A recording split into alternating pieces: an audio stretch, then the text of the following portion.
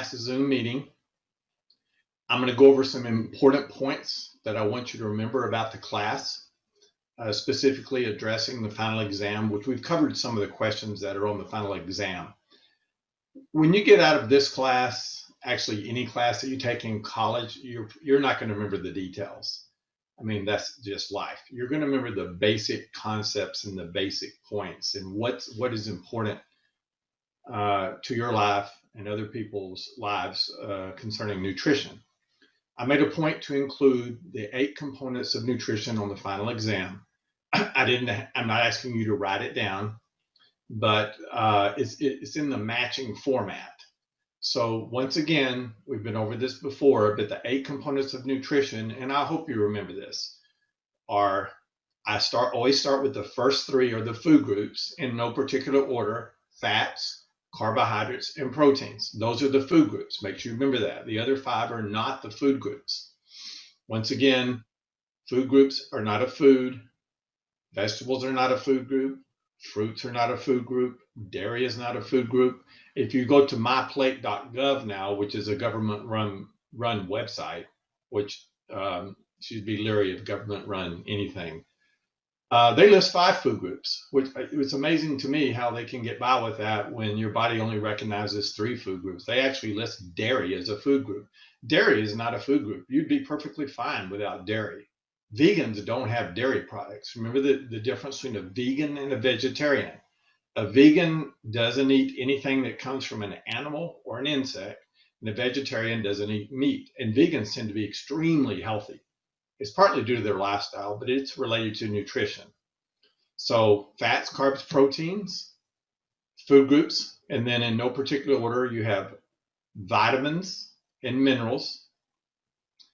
Then you have fiber, water, and phytochemicals. And remember, phytochemicals are the chemicals in plants. Fiber is anything you eat you don't digest. Another one-word substitution for a carbohydrate is a plant, although some people will tell you that's not a good substitution. I actually think it is. Just think if it has carbohydrate material, if it has plant material, it has carbohydrates.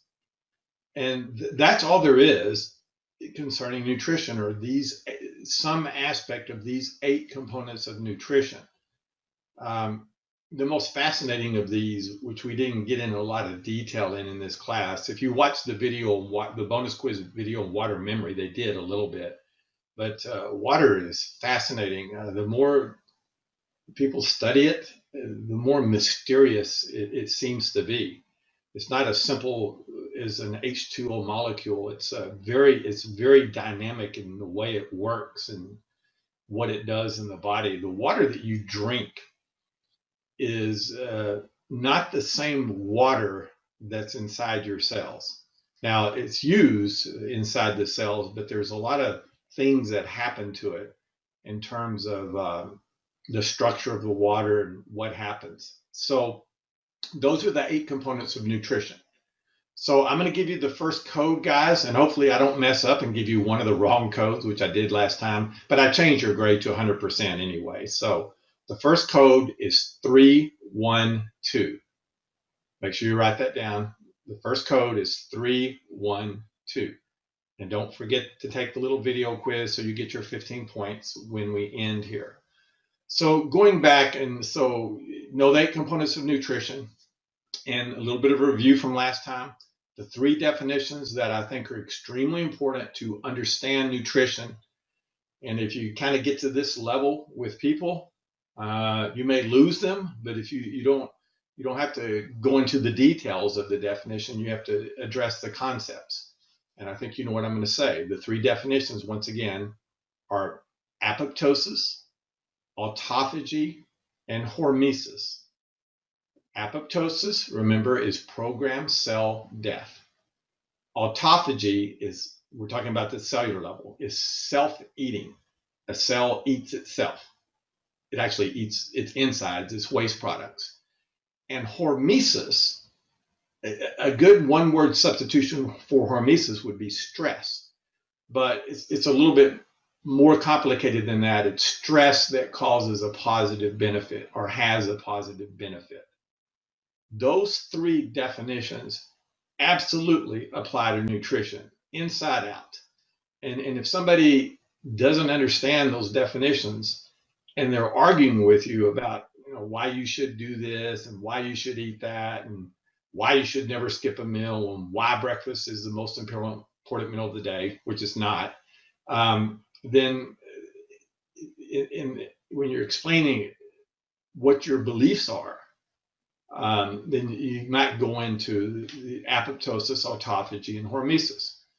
And I'm not going to spend a lot of time on it because we've already addressed this. But once again, I'm going to briefly touch on hormesis. Remember, hormesis is stress that causes positive change. You've heard the phrase, stress that doesn't kill you makes you stronger. To a degree, that's true. But give somebody the example of how do you make your heart stronger. I know this is a repeat, but it's so important to understand this. How do you make your heart stronger? You stress it. You run, you get on a treadmill, you work out. That's stress. If you're going to have a heart attack, that's probably when it's going to happen. But if you don't die from it, and you probably won't, it'll make you stronger. You make your immune system stronger by actually getting sick. It actually makes you stronger, providing it doesn't kill you. You could go into you could get a big debate going on the COVID-19. People get sick that get it, that survive, actually have stronger immune systems. That's true. But it's such a deadly virus that some of them don't survive. So it's best to try not to get it. But when you get the flu shot, that's actually what they give you, is a mild strain of the flu. And so you have protection for the powerful strain. But anyway, that's hormesis. Hormesis applies to every system in the body with no exceptions. Muscles get stronger by stress. Immune system, you get sick, you're stronger. And nutrition is no different. So how do you stress yourself nutritionally? You don't eat. That's not starvation. Not eating is not starvation. They're not the same thing. Calorie restriction is not starvation. Starvation is starvation. Restriction is restriction. But you don't eat for a period of time. That causes stress in the body very quickly because your glucose level tends to drop. And the longer of a time you have between meals, the more it drops. That stress, that oscillation where your glucose level goes up and down, that creates stress. And when your glucose level is low, not dangerously low, it can be low, pretty low, but not hypoglycemic, it puts you under such stress that there's a myriad of things that happen in the body. Insulin sensitivity improves. A lot of things happen at the cellular level that are very beneficial. It helps a lot with type 2 diabetes. There's some evidence it even helps with type 1 diabetes. It just does a myriad of things, but you're under stress, which means it may be symptomatic. Symptomatic means causing symptoms. And if you're not used to doing it, one of the first symptoms is a headache. I know a lot about somebody's lifestyle. If they skip a meal and they get a headache, they're sort of addicted to eating at regular patterns. Now, people quite often ask me, well, what is the healthiest way to eat? How long should I go? People always want specific time limits because books write things, authors write things and give you criteria as if it's valid that this is the way to go. There's no real rule on that. I have sort of a general rule that the longer you go between meals, the healthier you will be. And this applies for kids. This goes for kids too. And then I know we've gone over this, but it's sort of a sarcastic answer. People will ask me, well, how long? And you just look at them and say, how much willpower do you have? Because that's the answer. And that's difficult for people to understand, but because that's going to induce a lot of hormesis. And they'll say, well, how do you get your calories? Well, you get your calories over time. You don't have to have them in regular intervals. You bunch it up and then have a period of time where you don't have it. We are actually designed to eat this way. And when I taught anatomy and physiology, I pointed out 6 organs in the body, actually 5, maybe 6, that point to the correct way to eat, the gallbladder being one of them. the stomach being another one, and some of the hormones involved, glucagon and insulin actually point to actually eating this way. Yet, because of our society, we got out of it and started eating every day, eating 3 meals a day. And the concept of not eating for a whole day just is mind-boggling to some people. They can't imagine it, and understand why, because they look at it as punishment and things of this nature. But your kids will actually do this until we kind of train them not to do it. They sometimes they just don't want to eat, and that's actually good. Let hunger be your guide, not appetite. Remember the 3 definitions. Appetite, I want you to remember these too. Appetite, hunger, and starvation. Appetite, psychological. That's all I want you to remember. It's psychological. It can come on anytime. Hunger is physiological. Hunger is controlled by hormones. The 2 hormones that I want you to remember that regulate blood glucose level are insulin and glucagon. Insulin lowers blood glucose level. Glucagon raises blood glucose level. Those hormones are secreted by the pancreas and they regulate your blood glucose level. Unless there's some disease process going on, your insulin, your glucose level won't get too high or too low. The body just doesn't let that happen. Now it can with diabetics and some other conditions, usually diabetics, that because that is the definition of diabetes, is high blood glucose. But as a general rule, it's the body knows very well how to keep itself alive. Dying from lack of glucose, I've used this example before, but it's happened. I'm sure it's rare. You browse around the internet, you can find someplace somebody did die from hypoglycemia. But dying from hypoglycemia is equivalent to dying from lack of oxygen. Your body's just not going to let it happen. It get low, you can pass out, and then you start breathing again. That would actually happen with hypoglycemia. You would literally pass out, but then it just wouldn't keep dropping. You start recovering and et cetera. It's not a healthy thing to have happen, but the body knows what to do. We just kind of have to step out of the way of humans and allow it to do what it's supposed to do. Okay, a little bit of a review again, since we're talking about the final and apoptosis. Remember, apoptosis, programmed cell death. What I want you to remember on programmed cell death is that every cell in your body, all of them, including the nerve cells, has genes called apoptotic genes in the DNA of the cell, has the ability to kill itself or commit suicide. Apoptosis. It's programmed to do it. Doesn't mean it's going to do it, but it's programmed to do it. It's like a little time bomb ready to go off. Even our nerve cells have these genes. It's interesting on nerve cells that some nerve cells can't make copies of themselves. So why would you want them to die? Because if the other cells can't make a copy, it seems like that would be a bad thing. But apparently not, because if they're damaged, the body wants them out of the way. And once the remaining nerve cells, they tend to function better. And there's some evidence some nerve cells can actually replace themselves, even in the brain, certain areas of the brain. They found that nerve cells can actually make copies of themselves. Spinal cord, no, but in the brain, yes, to a degree. So apoptosis, when you're discussing this with somebody, the numbers are mind-boggling. Remember, we have about 100 trillion cells in our body. Remember that sort of number, 100 trillion. 50 billion, this is in an adult, 50 billion commit suicide every day, or apoptosis. Every day. It happens on your skin because you can see it. The skin's like your conveyor belt. It replaces itself constantly. But this happens internally. It happens in some cells in our brain and bones and you name it. They replace themselves constantly. Your heart cells replace themselves.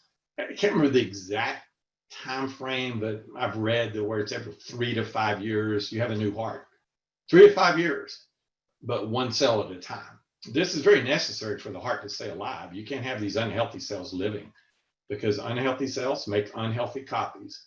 Cancer cells make cancerous copies. They got to die. They're programmed to die. You got to get them out of the way. So 50 billion per day, I've mentioned this before, but it's about 1 million per second. That's mind-boggling. Every second, 1,000,000 cells in your body die. Where? Everywhere. And these are the cells that need to go. These cells all use glucose. When glucose level is lower, it tends to cause these unhealthy cells to go ahead and die because they want to live, but it stresses them to die, which is good, because if enough of them die in a certain area, the healthy cells are left and they make healthy copies of themselves. You don't want unhealthy cells, especially cancer cells, to live. I've seen different numbers on this of the 1,000,000 cells per second that die, how many are actually cancerous.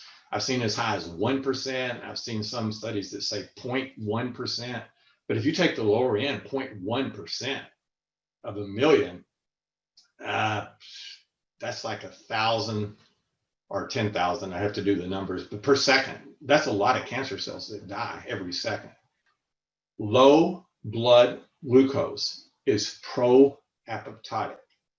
Remember that. If you use that phrase on somebody, they're not going to know what you're even talking about. They're going to go, "What? Low blood glucose is pro-apoptotic. What does that have to do with anything?" It has to do with everything. It promotes apoptosis. It encourages unhealthy cells to die. If you want unhealthy cells to live, eat 3 meals a day. Eat 7 meals a day. Keep your blood glucose level normal.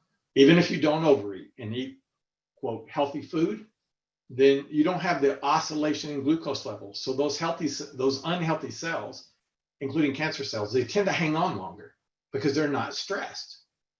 That's the benefit of hormesis and apoptosis. So once again, autophagy compared to apoptosis. Before a cell kills itself, think of a cell as a person or commits suicide. The cell says, "I'm going to try to improve myself, repair myself." So before the genes that trigger it to kill itself are activated, there's a group of genes that promote autophagy, which means the glucose level is low. The cell needs food. It can't get it from the outside, so it gets it from the inside. It recycles its own waste products. It takes unfolded proteins and all kinds of waste products that build up inside of the cell. It's a complex process, but they know that this happens, and recycles them. It has to do with the lysosome of the cell, which is kind of like the intestine or the gut of the cell, how this process actually works. Nobel Prize was awarded in this area for understanding this autophagy. Autophagy also is triggered by low blood glucose. Before cells die, they start becoming healthier. All the cells in your body do this. And so every system in your body is affected by cells, every system. So it stands to reason it's going to improve everything in your body. It's going to have an impact on every disease. It's not a cure-all for everything, but it's a dynamic approach to addressing health. You need that period, you need that stress to actually make you stronger. Two terms I want you to remember also in relating to apoptosis. I'm getting in a little bit more detail than I want on this, but it's such an important concept to understand. And I know we've gone over this, but endogenous, we're talking about apoptosis, endogenous, endogenous, endogenous, which means within, endo, within, exogenous, exogenous. Genesis means beginning. So endogenous, it begins within. Exogenous, it begins without. Apoptosis is internal, endogenous. The genes in the DNA are internal. So when the cell, those genes are turned on, the cell kills itself, it breaks into little capsules and is sort of reabsorbed. The cells that don't do that need a little bit of encouragement from the other cells. That's what exogenous apoptosis is. Other cells detect this cell, say it's cancerous, and it's not killing itself. So they send little packets, cytokine, protein packets that interact on the surface of the cell, and cells have receptors, death receptors, that when they're activated, sounds like Star Wars, trigger apoptosis from the outside. Signals are sent to the inside. It's forced to kill itself because the other cells know that if it doesn't die, it's going to kill them also. Cancer works that way. Cancer is amazing. It beats endogenous apoptosis, exogenous. It knows how to defeat that.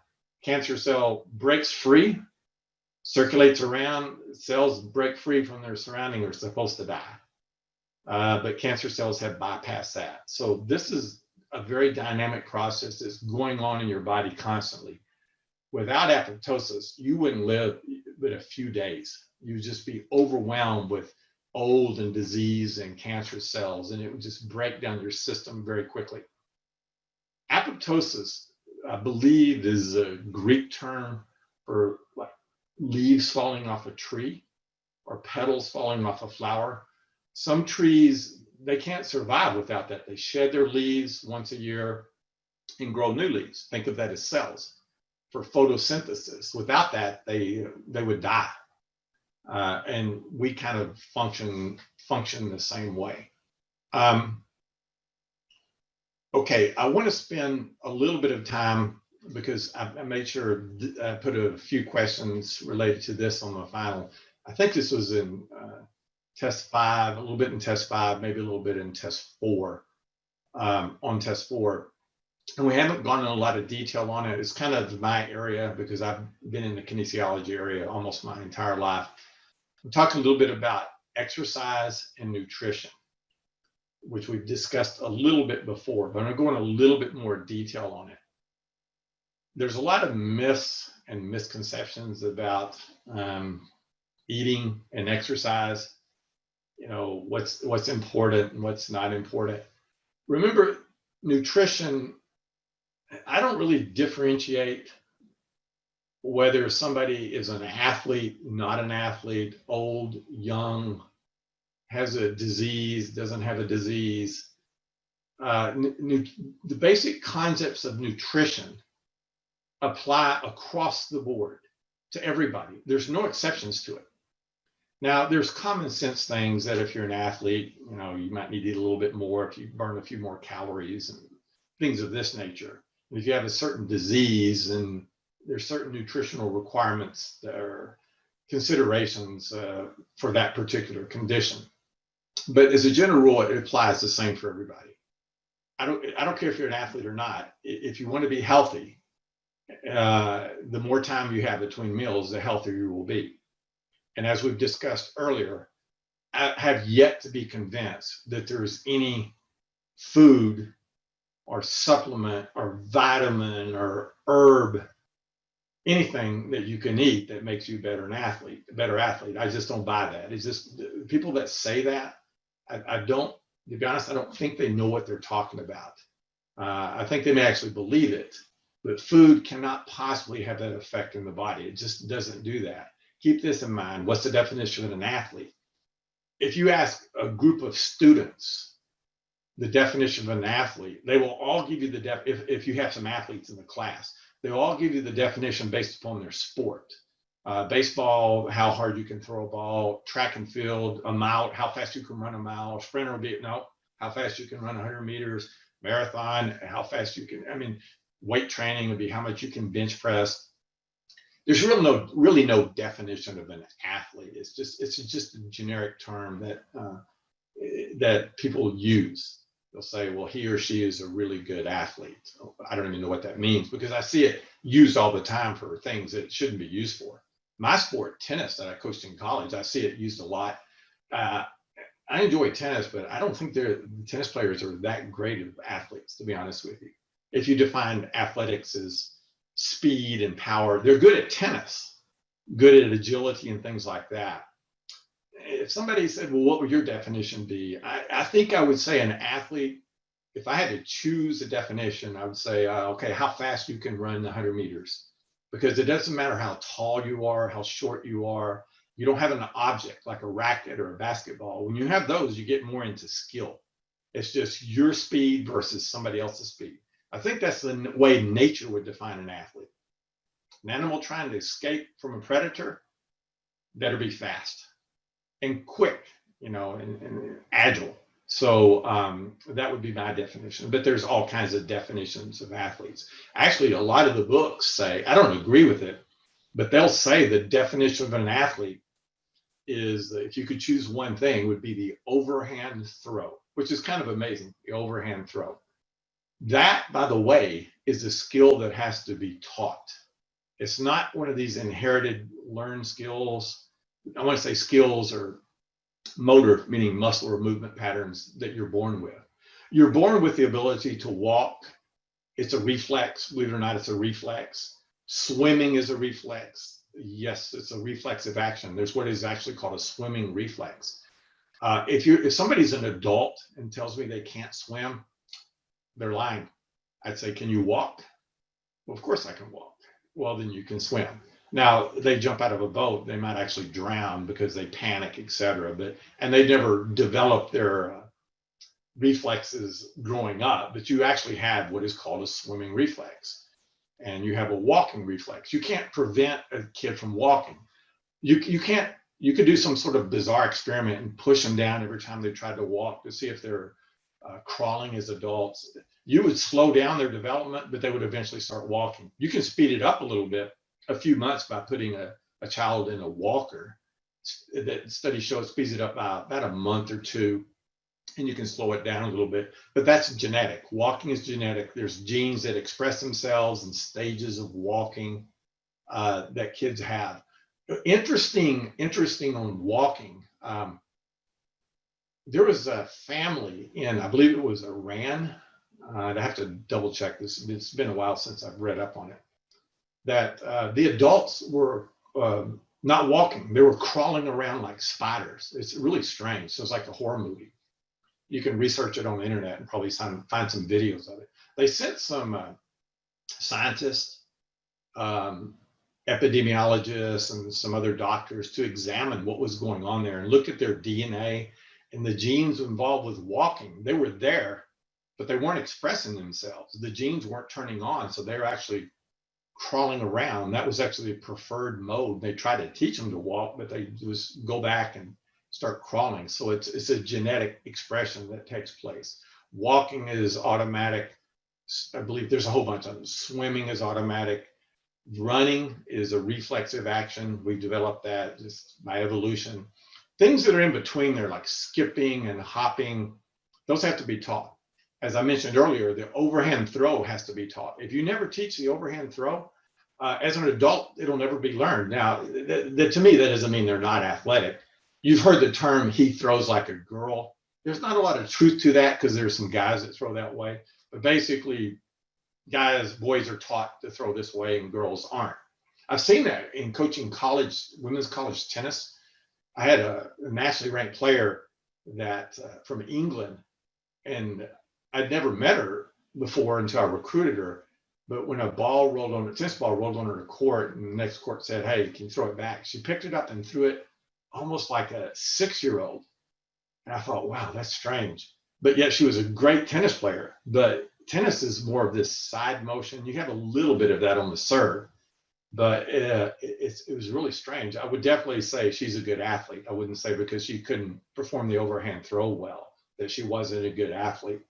So if you have kids and you want to teach them to throw, you have to teach them overhand throw. Otherwise, they'll be throwing underhand. Be like monkeys and apes throw that way.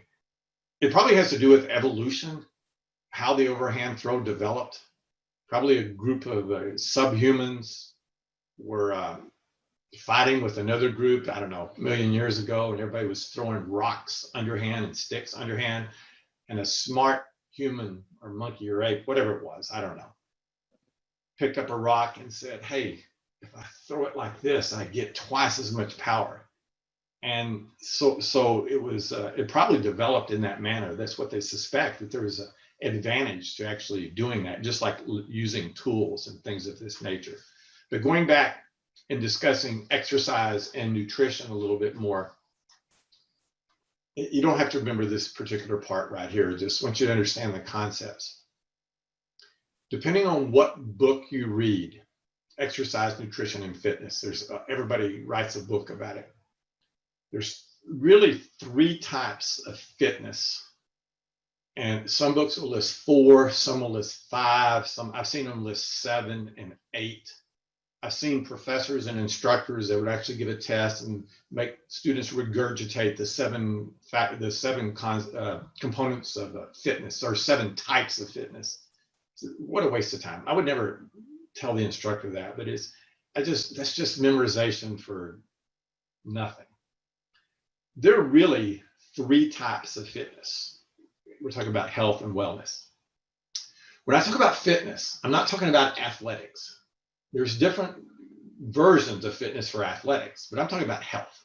So don't confuse it with athletics. You could be really fit and not be athletic, or vice versa. The 3 types of fitness are cardiovascular, your heart, heart, vessels, cardiovascular, which is the most important, obviously. Strength, which is your muscles, and then flexibility. That's what the books will say. Now, some will say 4. Some break strength down into muscular strength versus muscular endurance. The difference would be like a bench press. Muscular strength, how much can you do one time? Endurance, how much can you bench 10 times? Maybe somebody can bench 200 once. Somebody else, a guy, can only bench 150 once. But say you go down to 120, and the guy that can bench 150 can do 120 10 times. And the guy that can do 200 can only do 125 times. So one has more strength and one has more endurance. Endurance is probably more important than strength, although they are related. So you have cardiovascular, which we'll talk a little bit more about in a minute, strength, and flexibility. Now, I'm going to throw a monkey wrench into flexibility here, because all the books say this. And just because it's in a book doesn't mean I have to agree with it. And this is where I want you to try to think outside the box a little bit, like I address nutrition. I did this in my classes that I taught, all of them exercise phys, and most of the students would come around, but you got a few that were resistant because they were being taught differently by other professors. Flexibility, in my opinion, has nothing to do with fitness at all. It has to do with athletics. It doesn't have to do with training.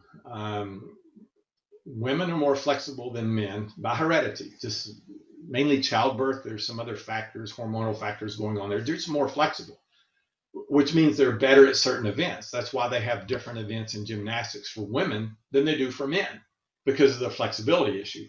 Men have more muscle. So they're always going to have more endurance and strength.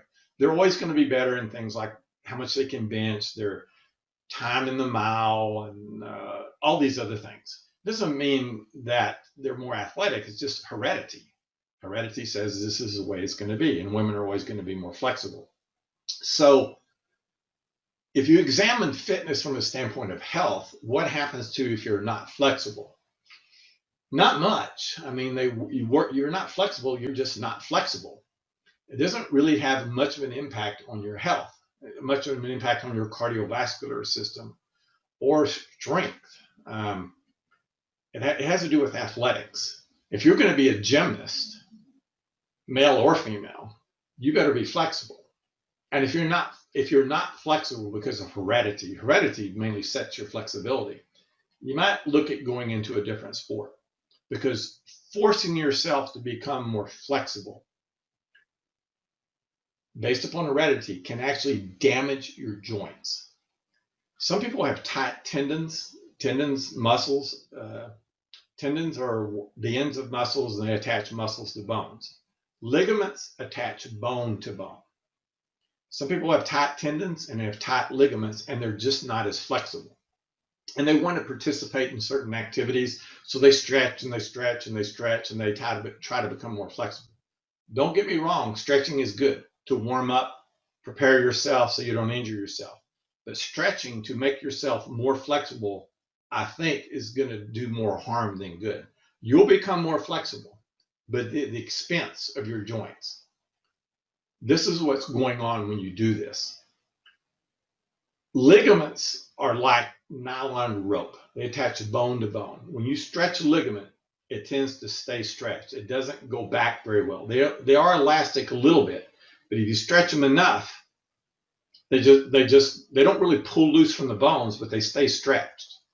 So if you have a bunch of ligaments that attach these two bones, and you stretch them, These bones are not tight anymore. They move around, and that causes all kinds of joint problems. Knee replacement is directly knee replacements because of that main issue there. Shoulder, hip, it's all because the ligaments become stretched too far. When you stretch and hold it for too long, you're forcing those ligaments to stay like this. This is the progression of shoulder injuries, by the way, which is a big thing. Like, say, a baseball pitcher that's constantly doing this, constantly doing that. You stretch the ligaments in the shoulder and they stay stretched. Now your shoulder moves in and out more. In fact, some people can pop their shoulder, called the glenohumeral joint, out of socket completely. And it sounds terrible, but they have no pain because ligaments don't have much of a nerve supply, so they don't really send signals of pain. Tendons will tell you, hey, you're stretching me too far, but ligaments don't communicate with the brain like that. So they do it enough that ligaments, you have bones attached to bones. On top of that, you have the ligaments. That's the deepest level. In the shoulder, on top of the ligaments, you have what the group of muscles called the rotator cuff muscles. They form a cuff, hence the term cuff, around the shoulder joint. So when the ligaments become stretched too far, that puts more strain on the rotator cuff muscles. And the first one that's usually damaged, you don't need to know the details of this, but it's the supraspinatus. That's the top one here. And that leads to all kinds of problems. But it started with forced stretching of the ligaments. So these tests, I'll give you an example. They may have changed it a little bit. I don't think so. I'd have to double check. That measure flexibility, especially among school-age kids, and determine that as 1/3 of your total score, I think are completely wrong. I know the president's physical fitness tests, one of them was the sit and reach, where you sit and you reach and how far you can touch, see if you can touch your toes or pass or whatever. They would measure that, and they would compare you to a national scale. When I took that in college, way back when, I did great on the others, but I always bombed on the flexibility.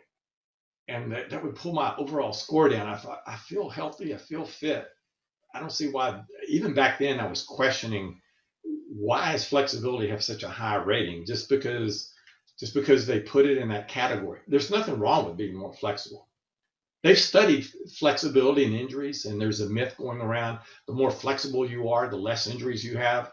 The truth may actually be the opposite of that. If you're more flexible, your joints go through range of motion, hyperextension and hyperflexion more, which can lead to more joint injuries. In reality, it doesn't matter if you're flexible or not flexible. I don't think it has much of an effect on injuries of joints. If ligaments and tendons are tight, your joints just won't go there. That kind of prevents hyperextension and hyperflexion injuries. And people that are more flexible can have more of an impact and go through greater ranges of flexibility and flexion and extension. This is extension, like of the elbow. Extend, this is flexion. Most injuries are extension injuries, but you can have flexion injuries. Football comes to mind. If it's like this and somebody lands on it, oh, that would do all kinds of damage to your, worse than a hyperextension injury. So to focus on flexibility, I don't know. Don't confuse that with stretching. Stretching is a good idea before you do something to warm up, to prevent injury. But to focus on it, I think that's a waste of time. Personal opinion. Okay, guys. Code number 2. Get a pen. Write this down. Hopefully, I don't mess it up. 117. One more time. Code number 2 is 117. We've got about 20 minutes to go, so I'm just going to go straight through without taking a break, and then I'll give you the third code. The last, a little bit more on nutrition and fitness, athletics, etc.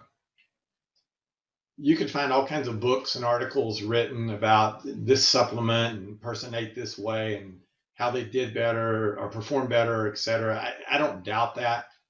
But I just think they're not looking at the deepest level.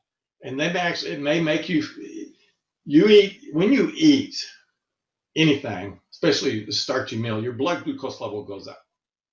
And that might give you an energy boost or a pick-me-up, and that's why you perform better. is because of that.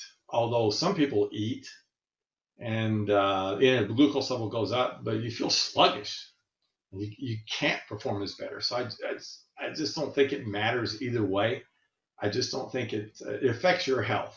Eating right affects your health. Being healthy makes you more fit, not athletic, but the healthier you are, probably the better you'll perform in athletics.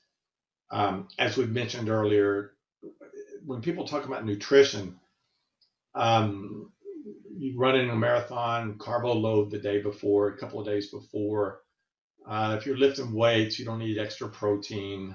It doesn't work like that. To be deficient in protein is virtually impossible. Kwashiorkor, almost unheard of. Even vegans and vegetarians aren't deficient in protein. As I mentioned, vegan kids have to be careful about it. But that's such a rare condition. To avoid protein, you'd have to have the strangest diet in the world. You'd have to have no dairy. You'd have to avoid all nuts. You'd have to avoid, obviously, all meat of any kind. You'd have to avoid a lot of fruits because it's high in a lot of fruits. You couldn't have lemons because lemons have amino acids in them. If you ate nothing but celery and carrots or a rabbit, I guess eventually you'd be deficient in protein. But rabbits aren't deficient in protein, so they get them from other sources too. So to worry about, the three food groups, what percentage should I get from each? They don't really know. I don't think it really matters. It's you need all three food groups. You don't need a huge amount of each, but you need the most important concept is the time between the meals. Even if you're not a vegan or vegetarian and you eat meat, I would say you would probably be healthier if you have more time between your meals than somebody that is a vegan or vegetarian that eats 3 meals a day and doesn't have enough time between them. Doesn't mean they're unhealthy. Don't confuse this with the fact that I'm saying that people who eat 3 meals a day are unhealthy. You can be somewhat healthy, but you're not going to be near as healthy as you could be by more time between the meals. See, we tend to want to say this is healthy, this is unhealthy. No, that's like, okay, you on the treadmill for 30 minutes. Oh, that's unhealthy because you could have gone for an hour, which is healthier. No, 30 minutes is still healthy. Maybe an hour is healthier, depending on a lot of other factors, but this is true for nutrition too. People try to categorize it too much.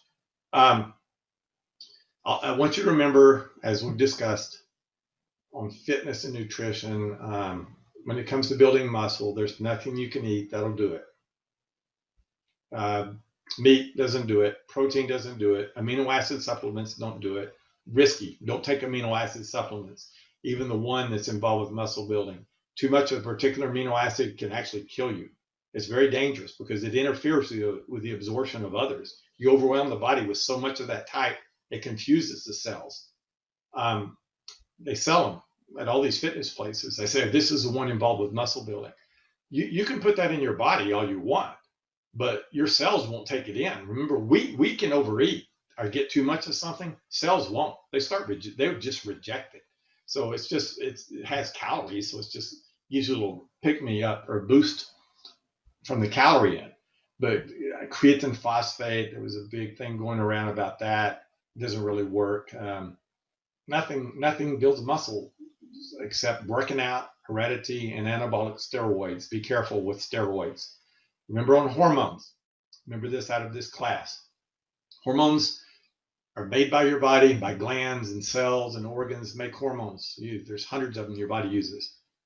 Hormone replacement has temporary benefits, but long-term detriments. You do better, you function better, you're worse in the long run. Unless you have a disease process going on and you're missing your thyroid, you have to take the hormone thyroxine. You mess with hormones, you're gonna do better in the short run, but you're gonna pay the price in the long run. It's very risky to do that. The over-the-counter hormones don't work much. That's why they're over-the-counter. So I really wouldn't worry about that. The last thing I want to talk about, it's related to nutrition because it has to do with the brain. To a degree. I'll throw a couple of questions in on the final on this. These will be real simple. Nothing you have to write down. Just by listening to this, you'll be able to figure it out. This take like 15 minutes to cover this because I think it's so important to understand this. Nutrition and memory and the brain. When you get into diseases like Alzheimer's, dementia, things of this nature, remember Alzheimer's is classified now as type 3 diabetes. High blood glucose damages brain cells, and at some point they think that's the cause of trigger of Alzheimer's. Heredity has a lot to do with it too. But talking about Alzheimer's, let's talk about memory for a few minutes. What is memory? If you ask somebody that's actually hard to define. They'll say, well, it's the brain storing information. Well, how does the brain store information? Like a computer? Not really. You hear the term, I've heard it in athletics all the time. I hear it constantly on TV, muscle memory. No such thing as muscle memory. Muscles don't store information. They don't remember anything. They only do what they're told. So if you perform a movement incorrectly, it's not the muscle's fault. It's the brain's fault. The brain sent the incorrect signal down your spinal cord to the muscle, and it didn't contract fast enough or with enough force, and you missed the shot or whatever the case may be. The muscle didn't store that information. It's stored in the brain. What they really mean is muscle memory stored in the brain, not the muscle itself. But some people actually believe that it's stored in the muscle because coaches use it all the time. And I used to do it until I figured out it was wrong. Muscles have memory. They don't. Only the brain has memory. So going back to memory, what is memory? Well, brain cells are called neurons. In your spinal cord, neurons, you have neurons to function a little bit different than brain cells. But these cells communicate with each other. Cells communicate, they have, you don't need to know any of this, but cells have axons which send signals to the next cell, and dendrites, which are like little roots that receive the signal. So one cell will communicate with another cell and another cell and a group of cells. It might have hundreds of axons that tell it to communicate with all these cells. Every time you learn something, experience something, read something, see something, memory is formed in the brain. How's that formed? Cells connect to each other. These axons and dendrites actually grow like grass grows roots, and they do it your entire life. For example, your name. Your name is stored so many times in your brain, kind of in a certain area.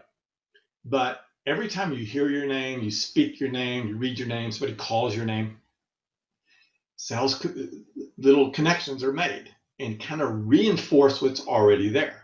Some new cells are involved, but a lot of the old cells are reactivated, and there's a network of information that represents your name. That is permanent. It lasts your entire life. Those connections don't go away. So if you develop severe Alzheimer's, one of the last things, if not the last thing you will recall, will be your own name, because it's in there so much. It's really sad that Alzheimer's patients, what happens is they start forgetting family member names and events, but they never forget their own name. Once they forget their own name, they don't live very long, because it's just the disease has progressed to a point where you almost can't survive. That's because there's so many connections. You have millions of connections that store your name. So if you get a name change and use the new name for a year, and somebody says, "What's your old name?" you recall it just like it was yesterday. You can't forget it. It's permanent. And what's interesting about memory is that anything your brain is exposed to stores that information permanently. So whatever you choose to watch or see or hear, remember, it's actually becoming a physical part of you. It's mind-boggling to think about. It's actually physically in me. And you can kind of know this, like you watch commercials and they have a tune or they say something. You're not really trying to memorize it, but you hear it over and over, and then pretty soon you can recall it. Songs from years ago that you weren't trying to memorize are stored in there. Why? Because you listen to them over and over and over again. They're not stored once. A computer can store things one time on the hard drive. It spins fast, information is recalled. Brain doesn't work that way. It stores it over and over and over. And the more you store it, the more it will be difficult to forget it. Now, everybody, to a degree, has a photographic memory. What the difference is, there's a difference between recall and memory. Recall means bringing that information stored in your brain into conscious awareness. Let me give you an example. If somebody said, what was the name of your first grade teacher? If you have to think for a very long time, what are you doing by thinking? You're actually trying to recall those neural connections and bring it into conscious memory. You go, oh, it was so-and-so. But some people might sit there and think, and they go, I don't remember. You actually do remember. You just can't recall it because there's not enough neural connections in the brain to bring it into conscious awareness. It's there, but recalling it is very difficult. So the more you put something in the brain, the easier it is to recall. That's why repetition is important. You've had a math class where they go over the formula one time and then they ask you, well, I went over this. A smart answer would be, you only went over it once, and so it wasn't stored in my brain enough for me to be able to recall it. In reality, that's the way everything is learned. Movement is learned the same way. You perform a movement over and over and over, and it's stored in your brain. Neural connections of movement. You store movement by the feel of the movement. You don't remember the angles and the weights and stuff like that. Like when I flex my arm, how much pressure did I use? Or in terms of numerically, who knows? How many newtons of force? What's the angle? Who knows? Your brain doesn't remember that. Your brain remembers the feel of the movement. What does it feel like to do that? And that's what's actually recalled on movement is the feel of the movement. It's called kinese, feel. That's how you perform is kinese. It's interesting when you start examining memory and recall. There was a particular court case years ago of a girl. I don't remember the details, but her uncle had raped a bunch of girls, and he was on trial, and he was accused of raping her way back years ago. Yeah, it was like 10, 15 years ago. And in court, she testified, no, it never happened. And then they started recalling all these cases where other people testified against him. And she was sitting in court, and after she testified, it didn't happen. She said, I want to change my testimony. It did happen. And everybody said, oh, wow, she didn't recall it then. Now she's all of a sudden wants to get him. So they thought it was rigged and something was going on. But if you understand memory, that can absolutely happen. The memory in her brain was there. What happened, everything.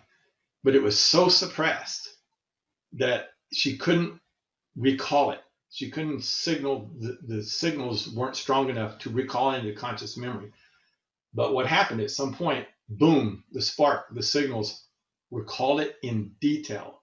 Whereas earlier they said you couldn't remember one detail, and now you're remembering all these details. And that can actually happen if you understand the way memory works. It's all about repetition. So you got to be careful, especially with kids. Just watching something you don't want them to watch, say, oh, well, they won't remember it. If you watch it enough, you actually will remember it. That's the way memory actually works.